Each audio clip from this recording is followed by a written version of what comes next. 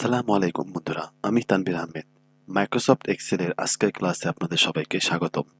Microsoft এক্সেলের আজকের ক্লাসে আমি কন্ডিশনাল ফরম্যাটিং নিয়ে আলোচনা করব। তাহলে চলুন বন্ধুরা, দেরি না করে ভিডিওটি শুরু করা যাক।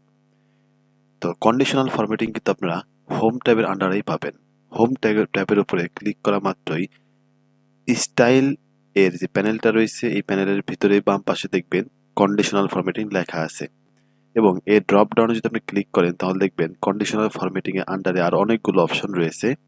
তার মধ্যে হাইলাইট সেলস রুলস, টপ অথবা bottom rules, data bars, colour scales, icon sets, new rule, clear rule, manage rules. তো কন্ডিশনাল ফরম্যাটিং এর আজকের এই ভিডিওতে আমরা হাইলাইট সেলস রুলস নিয়ে আলোচনা করব। তাহলে হাইলাইট সেলস রুলসের উপরে ক্লিক করা মাত্রই দেখবেন ডান দিকে আরো কতগুলো ড্রপ ডাউনে অপশন নেমে আসছে। এই অপশনের প্রথম যে অপশনটা রয়েছে সেটা হচ্ছে গ্রেটার দেন, মানে বড়, একটা সংখ্যা থেকে আরেকটা সংখ্যা বড় এরকম বোঝাইলে গ্রেটার দেন যে কন্ডিশনালটি আছে সেটা আমরা ইউজ করতে পারবো। তো এখন এই কন্ডিশনগুলোকে ইউজ করার আগে আমাদেরকে অবশ্যই নির্দিষ্ট সেলগুলোকে সিলেক্ট করতে হবে। তো এখানে দেখেন আমি একটা সিম্বল দিয়ে রাখছি গ্রেটার দেন। এখন নিচে কতগুলো নাম্বার দেওয়া আছে। এখন আমাকে এই প্রথম যে সেলটা রয়েছে এখান থেকে লাস্টে যে সেল আছে এই পর্যন্ত আমাদেরকে সিলেক্ট করতে হবে। এখন সিলেক্ট করার পর আমরা কন্ডিশনাল ফরম্যাটিং এ চলে যাব। এখান থেকে হাইলাইট সেলস রুলস এর প্রথম যে অপশনটা রয়েছে গ্রেটার দেন, এটাতে ক্লিক করব। তো এখন দেখেন একটা ভ্যালু কিন্তু অটোমেটিক নিয়ে নিছে।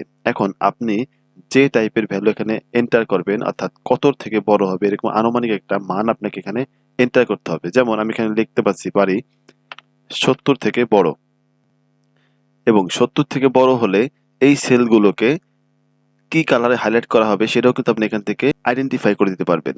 যেমন এখানে দেখেন কতগুলো অপশন আছে কালারের। প্রথমটা আছে light red fill with dark red text, তারপর আছে ইয়েলো, তারপরে গ্রিন, এরপর আছে light red feel red text অথবা রেড বর্ডার। এই রেড টেক্সট হলে শুধুমাত্র ফন্টের কালারটা চেঞ্জ হবে, আর রেড বর্ডার হলে চারপাশে যে বর্ডার সেটা কালারফুল হবে অর্থাৎ রেড কালার হবে। আর এটা করলে হচ্ছে পুরো যে সেলটা সেটা মানে শেডিং এর মতো কালারিং হয়ে যাবে। তো এখন প্রথম যে অপশনটা আছে আমি এটা সিলেক্ট করতেছি এবং এখান থেকে আমি ওকে প্রেস করি। তাহলে দেখেন এই যে কলামটা রয়েছিল এই কলামের প্রথম থেকে এই পর্যন্ত যে সেলে ডাটাগুলো ছিল, এখানে 70-এর উপরে যে ডাটাগুলো আছে শুধুমাত্র সেইগুলো কিন্তু লাল কালারের মার্কিং হয়েছে। তো এটি হচ্ছে মূলত কন্ডিশনাল ফরম্যাটিং কাজ। তো এটা হলো প্রথম অপশনটা। এখন আমরা পরবর্তী অপশন যাবো, সেটা হচ্ছে লেস দেন। তো লেস দেনের কন্ডিশনাল ফরম্যাটিংটাকে অ্যাপ্লাই করার জন্য আপনাকে প্রথমে এখান থেকে নিচ পর্যন্ত সিলেক্ট করতে হবে সেলগুলোকে, এরপরে কন্ডিশনাল ফরম্যাটিং এ যাবেন। তারপরে দ্বিতীয় যে অপশনটি রয়েছে লেস দেন, এটাতে ক্লিক করবেন। আপনার কত মানের মধ্যে তাহলে সেটা আপনি মার্ক করবে, সেটা আপনার এখানে ভ্যালুটাকে এন্টার করতে হবে। তো আমি এখানে লিখতে পারি যে 40, অর্থাৎ 40-এর নিচে যারা আছে তাদেরকে কি করবে, এখান থেকে একটা নির্দিষ্ট কালার আমি দিয়ে দিই, ইয়েলো কালার যেটা, ওকে প্রেস করি। দেখেন অটোমেটিক কিন্তু এখানে যে সেলগুলো ছিল সেলের 40-এর নিচের যে ভ্যালুগুলো আছে সেগুলো কিন্তু হলুদ কালারের মার্কিং হয়ে গেছে, এবং 40-এর উপরে যারা আছে তারা কিন্তু মার্কিং হয় নাই। এবার আমরা যাই পরবর্তী অপশন বিটুইন। তো বিটুইন কন্ডিশন অ্যাপ্লাই করার জন্য কন্ডিশনাল ফরম্যাটিং এ যাওয়ার পর এখান থেকে তৃতীয় অপশনটি সিলেক্ট করতে হবে। এখন আপনি দেখেন দুইটা অপশন আছে এখানে, প্রথমে ছিল একটা অপশন, এখন দিচ্ছে দুইটা অপশন। তাহলে বিটুইন বলতে দুইটা ভ্যালু বোঝায়।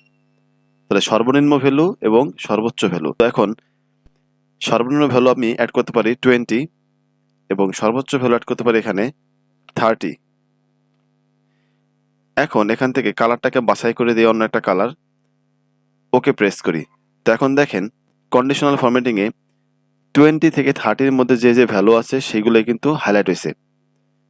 এর মাঝামাঝি যে ভ্যালুগুলো সেটাই হাইলাইট হয়েছে, এবং যেগুলো এর বাইরে অথবা এর থেকে কম সেটা কিন্তু হাইলাইট হয় নাই। তো এটা হচ্ছে বিটুইনের কাজ। এখন আমরা যাব পরবর্তী অপশন ইকুয়াল টু।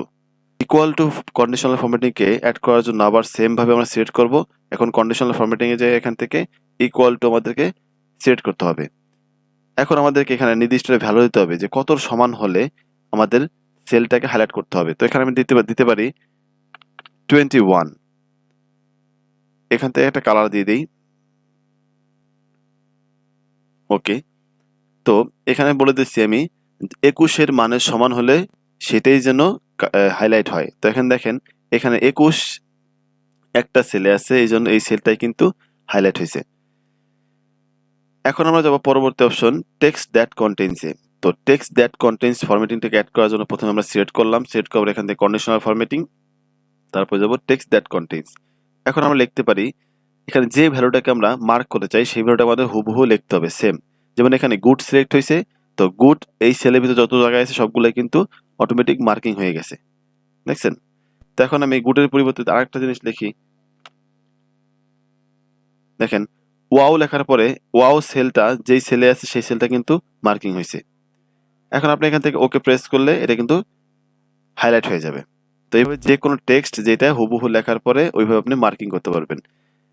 এখন আমরা যাব পরবর্তী অপশন এ ডেট অকারিং। তো এ ডেট অকারিং কন্ডিশনাল ফরম্যাটিং এ গেলে আমরা দেখবেন সিলেক্ট করার পরে এখানে একটা অপশন আসবে এবং এই অপশনের ড্রপ ডাউনের ভিতরে এই যে বক্সটা রয়েছে বক্সটা ড্রপ ডাউনের ভিতরে কিন্তু দেখেন অনেকগুলো অপশন আছে, yesterday, today, tomorrow, in the last 7 days, last week, this week, next week, last month, this month, next month. এই সবগুলো কিন্তু ডেট ফরম্যাটিংকে নির্দিষ্ট করতেছে। তো এখন ইয়েস্টারডে বলতে দেখেন আমার এখানে তারিখে গতকালের যে ডেটটা ছিল সেটা থাকার কারণে ইয়েস্টারডেটা মার্কিং হয়েছে, দেখছেন? এখন আমি এখান থেকে ওকে প্রেস করি, তাহলে গতকালের যে তারিখটা ছিল সেটা কিন্তু কালারফুল হয়ে গেছে।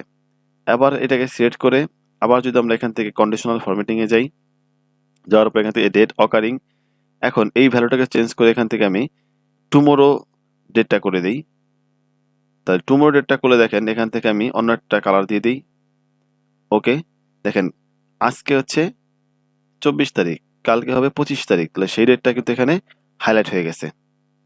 আবার এভাবে যদি আমরা এখান থেকে এটাকে সিলেক্ট করে আবার কন্ডিশনাল ফরম্যাটিং এ যাই, এখান থেকে আমরা এই ডেট অকারিং এ গিয়ে নেক্সট মান্থ দেই এখান থেকে, তাহলে পরবর্তী মাসের যে সেলগুলো আছে ওইগুলো কিন্তু অটোমেটিক হাইলাইট হয়ে যাবে। দেখেন এটা হচ্ছে এই ডেট অকারিং কন্ডিশনাল ফরম্যাটিং এর কাজ। তো এখন পরবর্তী যে অপশনটা আছে সেটা হচ্ছে ডুপ্লিকেট ভ্যালু। তো duplicate value conditional formatting add করার জন্য প্রথমে আমরা সিলেক্ট করব, তারপরে এখান থেকে যাব হচ্ছে হাইলাইট সেলস রুলস এবং এখান থেকে সরাসরি ডুপ্লিকেট ভ্যালু।